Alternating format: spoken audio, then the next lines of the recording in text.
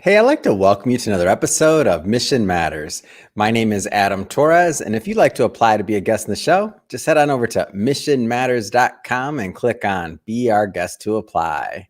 All right, so today is a very special episode. We are welcoming back to the show Marguerita Cheng, also known as Rita, who's CEO over at Blue Ocean Global Wealth. Rita, welcome back to the show. Well, thank you so much for having me. Oh my gosh. So this is fun. I feel like at this point, maybe you've been on the show at least 2, 3 times, maybe. So I feel like you're my co-host over here. I'm so happy to reconnect. Absolutely. It's so much fun. So we got a lot to talk about today. So we got another book that we're launching together along with Women Connect for Good, which I'm really excited to get into. I also want to talk about, I know you've been doing some speaking lately. I've seen some amazing pictures of you on LinkedIn. So I want to get into some of the speaking you've been doing as well, and just your business overall as we catch up. But before we do that, we'll start this episode the way that we start them all, with what we like to call our Mission Matters Minute. So Rita, at Mission Matters, as you know, we're all about amplifying stories for entrepreneurs, executives, and experts. So that's what we do. Rita, what mission matters to you?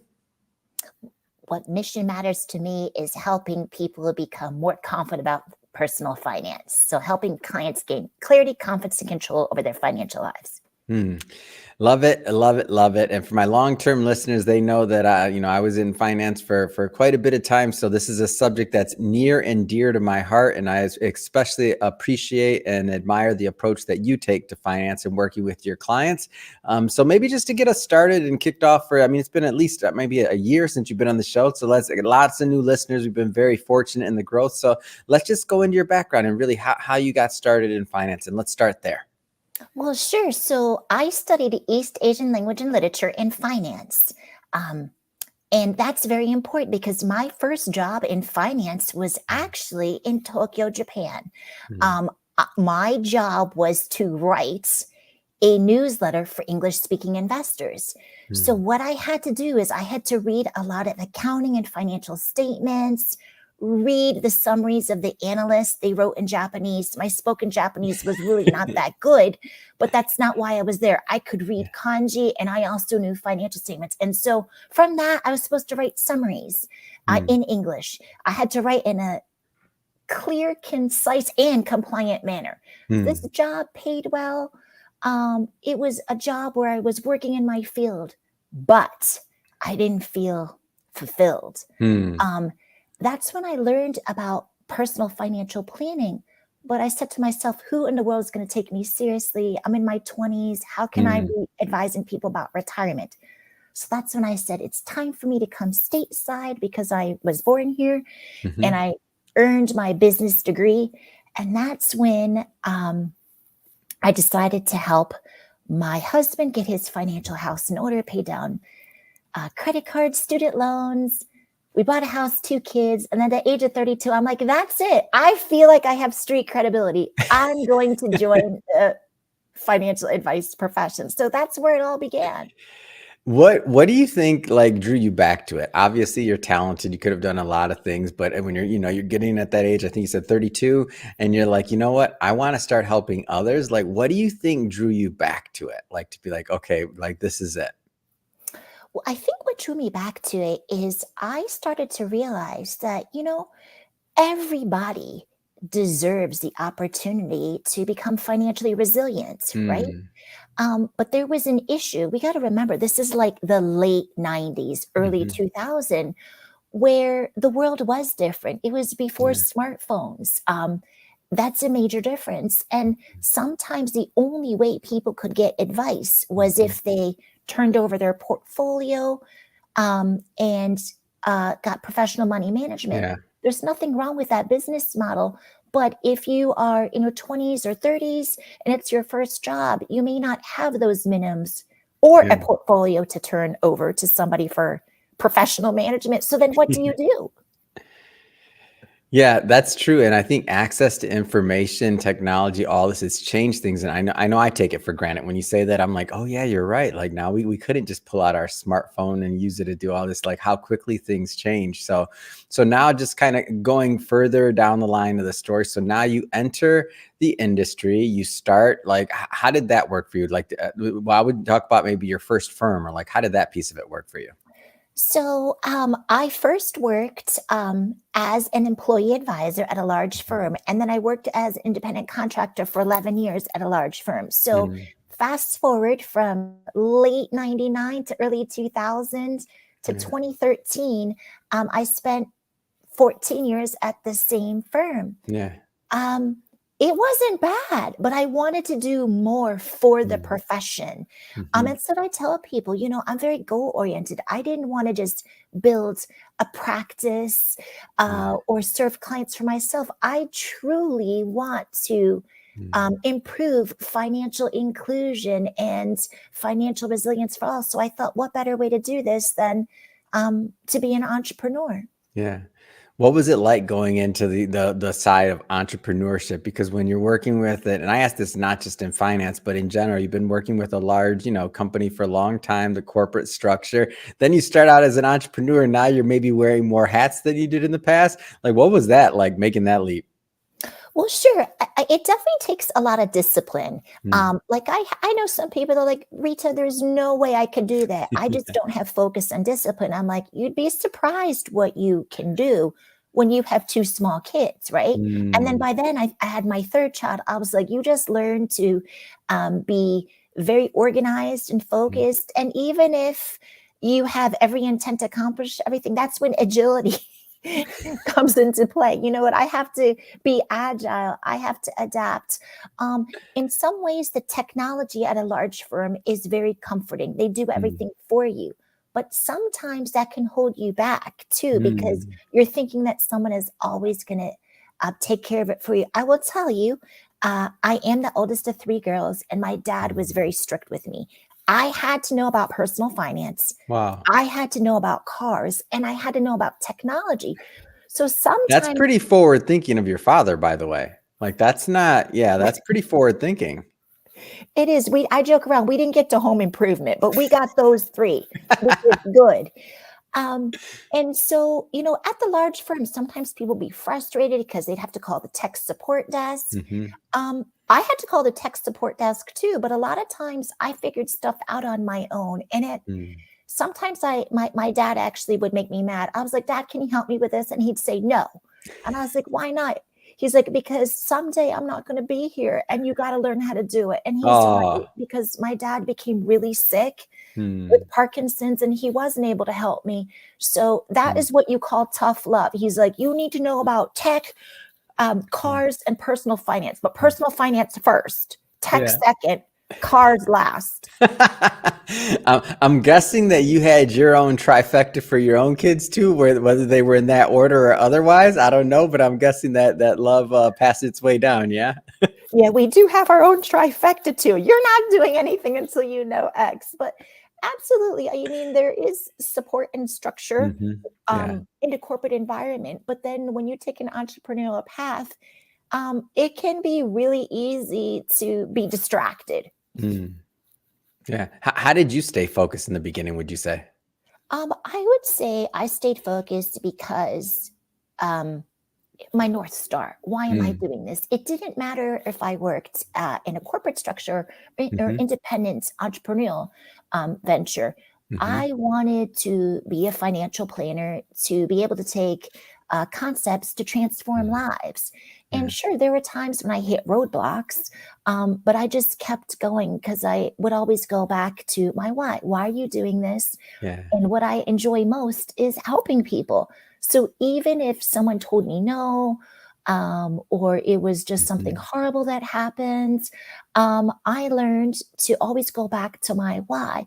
The Mm, other thing that I also found to be very helpful, I am a very serious person, but I don't take mm. myself too seriously. And we have to think, I joined the profession June of 99. There were four crises that happened in like less than 10 years. Yeah. Tech bubble burst, 9/11, Enron, and the global financial crisis. So one time, someone was just trying to size me up at the conference. Like, how Mm, long have you been in the business? Why are you here? Are you someone's assistant? And this is what I told this individual. I said, I've actually been in the business 20 years. He's like, really? When did you start? When you were like 8? I said, no, but what you don't understand, mm, there's been 4 crises in 10 years. So I yeah. feel like I get double credit for every year I was in the business. And then I got him to warm up to me and like laugh. So I always tried to make sure I had a good head on my shoulders, Mhm, did right by others, mhm, and always went back to my why. Why am I yeah. doing this? So one of the big themes of this book that we're working on together, along with Women Connect for Good, is really women helping women. And can you maybe speak a little bit about being a woman in the financial field and just representation there? And what I'm hoping is that maybe this inspires others to be attracted as well, because there's just not enough. No, absolutely. And thank you for that. I Mhm. think that sometimes people would say, well, why would you help somebody else Yeah. in the profession? Like, aren't they a competitor? Hmm. And that is the scarcity mentality, Mm, abundance mentality. There's 2 ways we can go about this. You know what? I had to struggle. Like, I didn't see anybody who looked like me. I had to deal with a lot of mhm. nonsense. Yeah. So, the next generation or people who come after me need to deal Mm, with that. I don't think that serves anybody well. The other way of dealing mm, with it is like, you know what? Like, I had to deal with this. mhm, It wasn't pleasant. I got through it. Having said that, let's make the journey mm. easier for those who come after us. Yeah. And so that's always been um, my mindset. What would I Mhm, say to a woman or someone from an underrepresented community mhm, who's considering this? I would say our profession needs you. We mm. need you because personal finance is just that. It's personal, and Yeah. everybody's journey is different. Um, if you are really good with people, you Mhm, genuinely care, you can't fake empathy. Um, mhm. that's what I would tell people. What do you find rewarding out of what you do? Like, you've been doing this for a while, and as many times as we've spoken in the past, like, you're always fired up. You're always telling me something amazing about a client or something else you're doing. Like, what gives you fulfillment in this?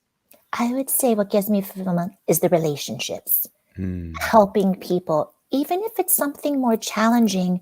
You know, I met with somebody today. She's an existing client. She went mhm, through a very difficult divorce.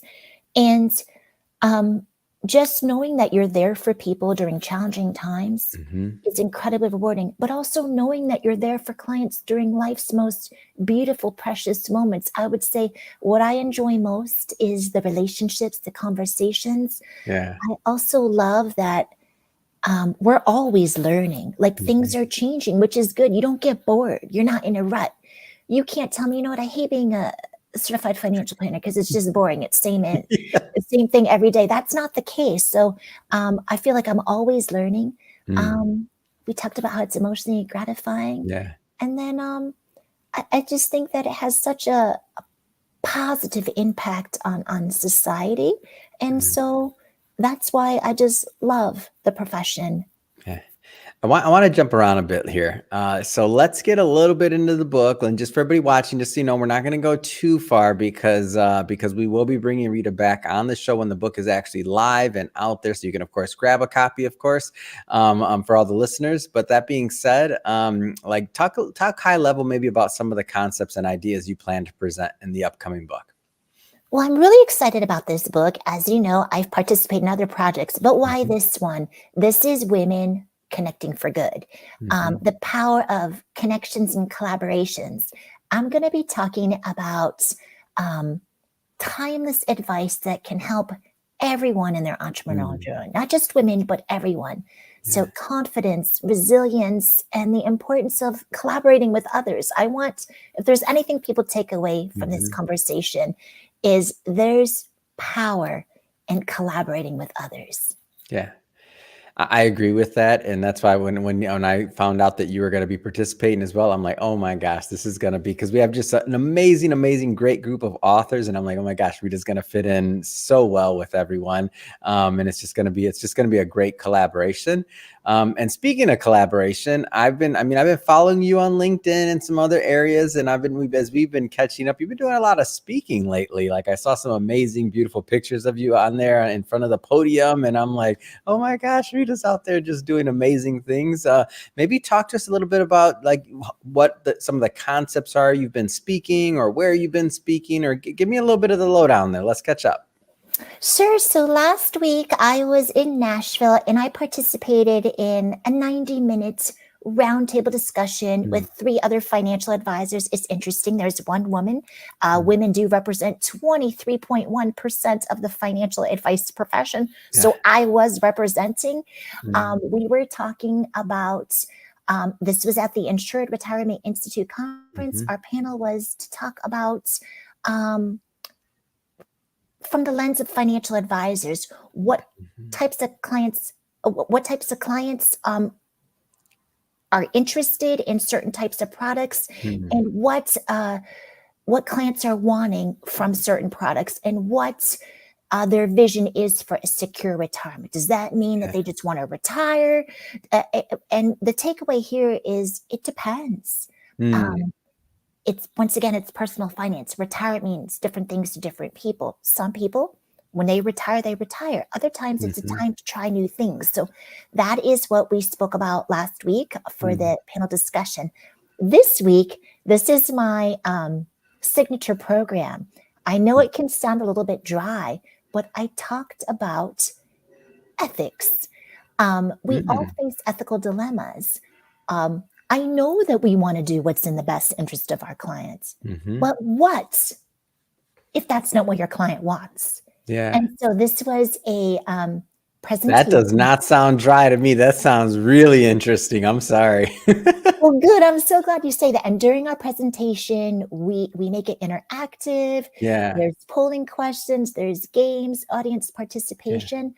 So those are the type of things we talk about. You have a duty of loyalty to your client.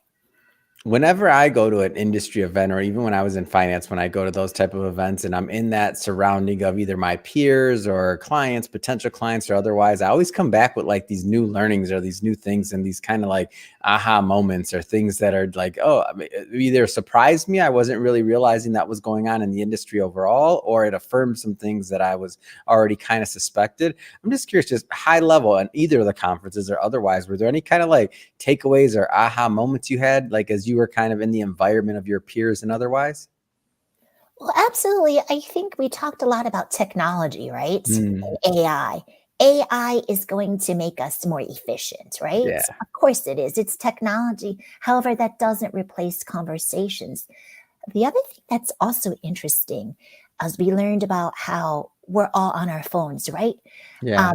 And I just want to say, for anybody who is in compliance, who is listening, I don't text my clients. Sometimes clients will text me that they're running late, and that's fine. They're saying they're running late. But if someone has a question, I'll call them back. A lot of people say, oh, well, you should text your clients. You should market to them via texting. What's interesting and what I learned is people actually want you to pick up the phone and talk to them. Yeah. They want to see you. They love video conferencing. It's true, people might be zoomed out, but they like good old-fashioned conversations, whether that's in person, virtual, or on the phone. So don't just text people. Yeah. I agree with that one. I agree with that completely. And I feel like to build that like broader relationship or that deeper relationship over time, I feel like those things add to it, right? Like using all different communication channels as you see appropriate. So that's good stuff. And I think that also goes beyond obviously finance. Like that's in anything. Like I like picking up the phone, and it's people are pretty shocked actually when I do just a random phone call, like, wait a minute, Adam, or what? Especially if you've been texting them for a while. I agree with you completely now that I think about it. Like pick up the phone and you'll be shocked at some of the responses. No, So Rita, absolutely. That, I mean, it even today, like I called this guy that I got his paperwork when I was gone, and I called him, and he's actually 38 years old. And I told him, I was like, I know that it may be more appropriate for you to respond to people via text. Thank you so much for taking my call. If you're busy, he's like, if I were busy, I wouldn't have taken your call. And thank you so much for calling me. I really appreciate it. So here's a guy who's 38 years old. Yeah. Well, Rita, as always, this has been fun. I look forward to continue to work with you on the book, and also I know we're bringing you back on the show. But that being said, what's next? I mean, what's next for you? What's next for Blue Ocean Global Wealth? Well, I would say we talked about the ethics presentation. Mhm. I mentioned that I'm really passionate about financial education, financial resilience for all. I Yeah. would say next is really taking the time with the new tax law changes Mhm. to educate business owners and entrepreneurs on how they can save money in taxes, Hmm. build wealth for themselves, and retain and reward their employees. Love it. If somebody wants to follow up and learn more about Blue Ocean Global Wealth, how do they do that? So they can go to blueoceanglobalwealth.com or find me on LinkedIn. I'm Marguerita Cheng. Amazing. And for everybody watching and listening to this, just so you know, we'll put all that information in the show notes so you can just click on the links and head right on over. And speaking of the audience, if this is your first time with Mission Matters or listening to an episode, this is a daily show. Each and every day, we're bringing you new episodes, new entrepreneurs, new founders, and new content. So if that sounds interesting, hit that subscribe button because we don't want you to miss any of the upcoming episodes. And Rita, thank you so much. And I look forward to continuing to work with you. Thank you so much.